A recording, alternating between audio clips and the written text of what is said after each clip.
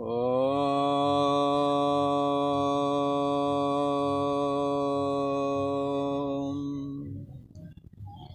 गुरु ब्रह्मा गुरु विष्णु गुरुदेव महेश्वरा गुरु साक्षात् परम ब्रह्म तस्मै श्री गुरुवे नमः। योगेश्वर श्री कृष्ण भगवान की जय। ऐं सरस्वत्यै नमः। पूर्व का प्रसंग एक बार स्मरण करते हैं। ये भगवान श्री कृष्ण अर्जुन से पूछे बगैर ही इस 10वें अध्याय में भगवान अर्जुन के प्रति क्या कह रहे हैं? कह रहे हैं कि मेरे परम गोपनीय वचन और रहस्ययुक्त वचन जो कि केवल हमें ही पता, दूसरे को नहीं पता, यदि वो रहस्ययुक्त और गोपनीय वचन अर्जुन तुम धारण करोगे तो तुम्हारे भी मन की स्थिति वैसी ही हो जाएगी जैसी कि हमारे मन की स्थिति है। भगवान आपका मन कैसा है? तो ऐसा यदि कहें तो भगवान श्री कृष्ण कहते हैं मेरे को लगता है मैं इस सारी सृष्टि का सनातन बीज हूँ।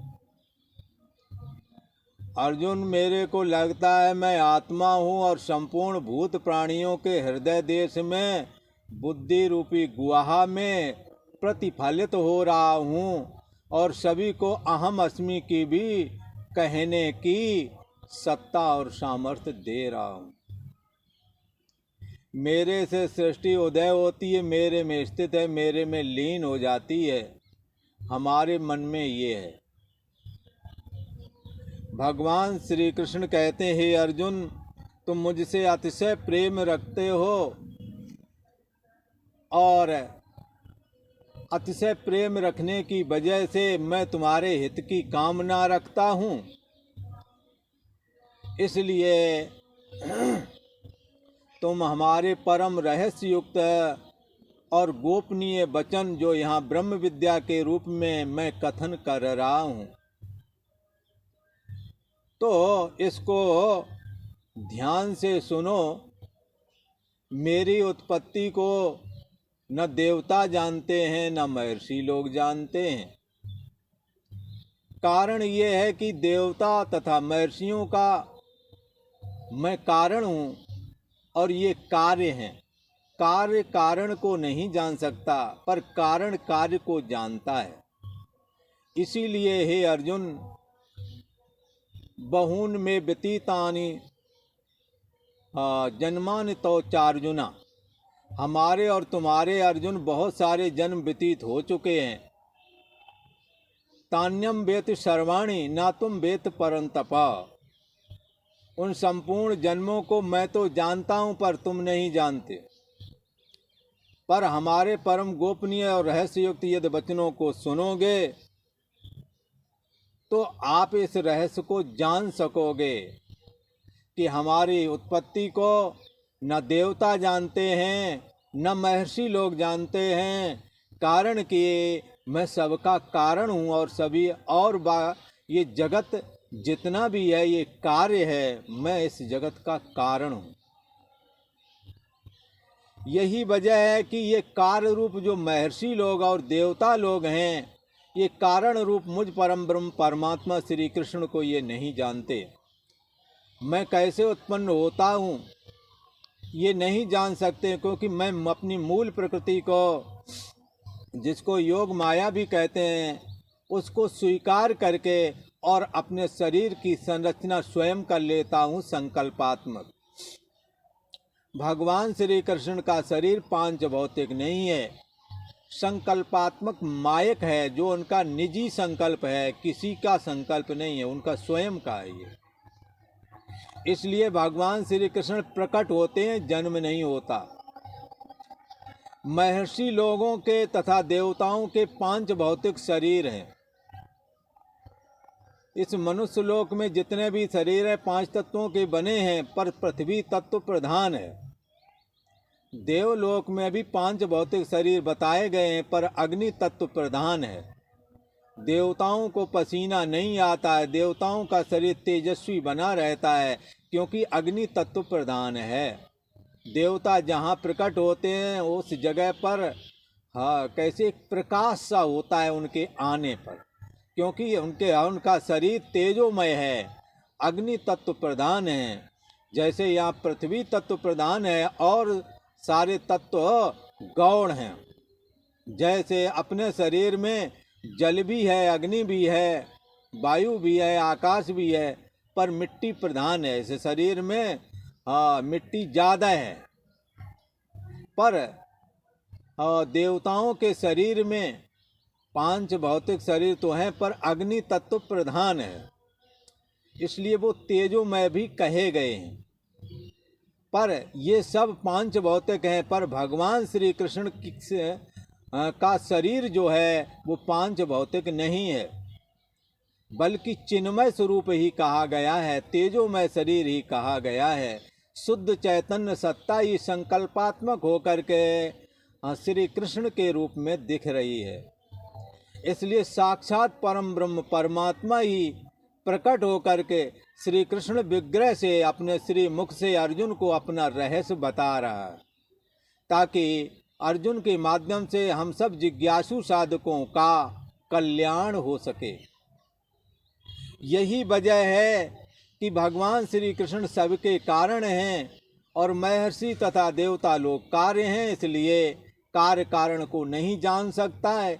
इसीलिए महर्षि लोग और देवता लोग भगवान श्री कृष्ण को नहीं जानते, पर भगवान सबको जानते हैं। भगवान श्री कृष्ण कहते हैं हमारे से नाना प्रकार के भाव उत्पन्न होते हैं, जितनी भी उत्पत्ति है सब मेरी सत्ता से हो रही है। जैसे बुद्धि है, ज्ञान है, क्षमा, सत्य, दमा, सुख दुख, भाव अभाव, भय अभय, ये करके अनेकों, ये भगवान श्री कृष्ण ने अनेकों भावों की उत्पत्ति कथन की है यहाँ। पर ये सारे के सारे भाव भगवान श्री कृष्ण कहते हैं मुझसे होते हैं, अर्थात मुझ चैतन्य सत्ता की सत्ता पाकर के ही ये भाव उत्पन्न होते हैं सभी जीवों के अंदर, ऐसा कहने का अभिप्राय। भगवान श्री कृष्ण कहते हैं हे अर्जुन, ये 10वें अध्याय का 6वां श्लोक है, जिसमें भगवान श्री कृष्ण ये बता रहे हैं किस प्रकार से मेरा जो भाव है, क्या भाव है, मैं आत्मा हूँ, मैं सारे जगत का आधार हूँ, मेरे से सृष्टि उत्पन्न हुई है, मेरे में स्थित है, मेरे में लीन हो जाती है, शुद्ध सत्ता मात्र मैं हूँ। ईश्वर भाव महाप्रलय तक के लिए स्वीकार करते हैं और जीव भाव मन को स्वीकार करके थोड़े समय के लिए, और देह तो स्वीकार की है 125 साल के लिए, और मन को स्वीकार करके जीव भाव भी धारण करते हैं भगवान। पर भगवान श्री कृष्ण ने इन सभी भावों को अपना मद भाव नहीं बोलते हैं, शरीर मैं हूँ ऐसा नहीं बोलते भगवान, बल्कि वो तो ये कहते हैं कि ये जन्म से पहले नहीं था, मरण के बाद में नहीं रहेगा। दूसरे अध्याय में कहा है अव्यक्तादीन भूतानि व्यक्त मध्यान भारत अव्यक्त निधनान्यव तत्र का पर देवना। ये शरीर जन्म से पहले नहीं थे, मरण के बाद में भी नहीं रहेंगे, वर्तमान काल में भी प्रतिक्षण बदल रहे हैं। इसलिए इन तीनों जन्म से पहले जो नहीं, मरण के बाद में जो नहीं, वो बीच में भी नहीं होता। ये बात सैद्धांतिक तौर पर स्वीकार कर लेनी चाहिए। एक सिद्धांत है, जो वस्तु पहले ना हो बाद में ना हो, वो बीच में भी नहीं होती। जैसे आभूषण बनने से पहले नहीं था और जब गला दिया जाता है आभूषण, तब आभूषण नहीं रहता, सोना बचता है। तो आभूषण पहले नहीं बाद में नहीं, तो बीच में भी आभूषण नहीं है, बल्कि सोना ही सोना है। ऐसा निश्चय करना चाहिए। ऐसे ही बंधुओं, जन्म से पहले शरीर नहीं था, मरण के बाद में नहीं रहता, बीच में थोड़े समय के लिए दिखता है, वो भी बदलता रहता है, इसलिए बीच में भी ये नहीं है ऐसा मान करके चलें और अपने व्यवहारिक कार्य को सिद्ध करते हुए परमात्मा श्री हरि नारायण का चिंतन करें और हृदय देश में विद्यमान अंतर्यामी आत्मा को जानने का प्रयास करना चाहिए। भगवान श्री कृष्ण कहते हैं, हमारा भाव देह वाला नहीं, मन वाला भाव नहीं, मन वाला भाव जीव भाव है, देह वाला भाव तो हम सभी जानते हैं, और ईश्वर वाला भाव भगवान श्री कृष्ण अपनी मूल प्रकृति को स्वीकार करके धारण करते हैं, और परमात्मा नारायण के रूप में महाप्रलय पर्यंत बने रहते हैं। इसके बाद में निर्गुण निराकार हो जाते हैं, सत्तात्मक हो जाते हैं। जो सत्तात्मक स्वरूप है वही भगवान श्री कृष्ण का मद भाव है, स्वयं का भाव है, जिसकी अभिव्यक्ति हमारे आपके अंदर आत्मा के रूप में हो रही है। ये भगवान श्री कृष्ण का अंतर्यामी रूप है, यही सत्तात्मक है, यही जगत को सत्ता दे रहा है, जड़ शरीर को भी चेतन दिखा रहा है, और असत शरीर को भी सत जैसा दिखा रहा है, दुख रूप देह और जगत में रमणीयता दिखा रहा है, और आनंद की अभिव्यक्ति जो हो रही है ये उसी की सत्ता पाकर के ऐसा दिख रहा है। भगवान श्री कृष्ण कहते हैं देह भाव और मन के स्तर पर जो ये जीव भाव है और माया के स्तर पर जो ईश्वर भाव है, ये तीनों भाव हमारे अंदर होते तो हैं पर थोड़े थोड़े समय के लिए। देह भाव 125 साल, जीव भाव भी उतने समय तक, फिर इसके बाद में ईश्वर भाव महाप्रलय तक। पर चैतन्य सत्तात्मक जो अंतर्यामी स्वरूप है वो भगवान श्री कृष्ण का मद भाव है, ये हमेशा रहता है। जन्म से पहले ये भाव है हमारे आप में भी, मरने के बाद में भी रहता है, इस समय में भी जबकि शरीर बदल रहा है, इस समय में भी वो चैतन्य सत्ता ही हमें आपको अहम अस्मि कहने की सामर्थ्य दे रही है। ये चैतन्य सत्ता ही सबका निज स्वरूप है, ऐसा समझना चाहिए। भगवान श्री कृष्ण कहते हैं कि आदि में जो सृष्टि संकल्पात्मक हुए थे, ये सब मद भावम, मेरे भाव वाली थी। भगवान श्री कृष्ण का जो अंतर्यामी स्वरूप है, जो सत्तात्मक है, जिसकी अभिव्यक्ति है और जाननापना के रूप में होती है, ये सत्तात्मक स्वरूप ही सबका मद भाव है। भगवान श्री कृष्ण कहते हैं कि ये जो मेरा भाव है, जब आदि सृष्टि उत्पन्न हुई थी संकल्पात्मक थी, मैथुनी सृष्टि नहीं थी, उस समय जो प्रकट हुए थे वो भगवान श्री कृष्ण के मद भाव से संपन्न थे। देहाभिमान उनमें नहीं था, मन के तल पर जीना जीव भाव भी उनमें नहीं था, और ये मायक भाव भी ये थोड़े समय के लिए महाप्रलय तक स्वीकारते हैं। भगवान श्री कृष्ण का अंतर्यामी स्वरूप इन संकल्पात्मक जो सृष्टि प्रकट ही वो सब में एक जैसा था। ये छठवां श्लोक ये बात कह रहा है। सबसे पहले कौन हुए? सप्त ऋषि हुए। सप्त ऋषि में दुर्लभ ब्रह्म ज्ञान, मैं आत्मा हूँ, मैं ब्रह्म हूँ, ये भाव स्वाभाविक था। इसमें उन्हें किसी के गुरु करने की आवश्यकता नहीं थी। जैसे ही ब्रह्मा जी से संकल्प मात्र से ये प्रकट हुए, दक्ष है, नारद हैं, सप्त ऋषि हैं, ये जब प्रकट हुए तो इन्हें लगता था मैं सर्वाधिष्ठान ब्रह्म हूँ, मैं आत्मा हूँ, देह मैं हूँ। देह को वो मैं नहीं मानते थे। भगवान श्री कृष्ण का जो मद भाव था उसी में उनका अहम था, और देह में अहम तो थोड़े समय के लिए स्वीकारा था, और वो सच्चे अर्थों में शुद्ध चैतन्य सत्ता जो आत्मा करके जिसकी अभिव्यक्ति है, आत्मा करके जिसको कहा जाता है, वो आत्मा को ही अपनी असली में, अपनी असली एग्जिस्टेंस मान करके चलते थे, असली मैं मान करके चलते थे। भगवान श्री कृष्ण कहते हैं कि अर्जुन, ये जो 7 महर्षि थे ये मेरे भाव वाले थे। और कौन थे? चत्वारो, चार ऋषि। अरे भाई, वो चार ऋषि कौन थे? वो ब्रह्मा जी के मानस पुत्र थे, जिनका नाम है सनक, सनंदन, सनातन, सनत कुमार। ये चार जो हुए थे ना, ये भी मेरे भाव वाले थे।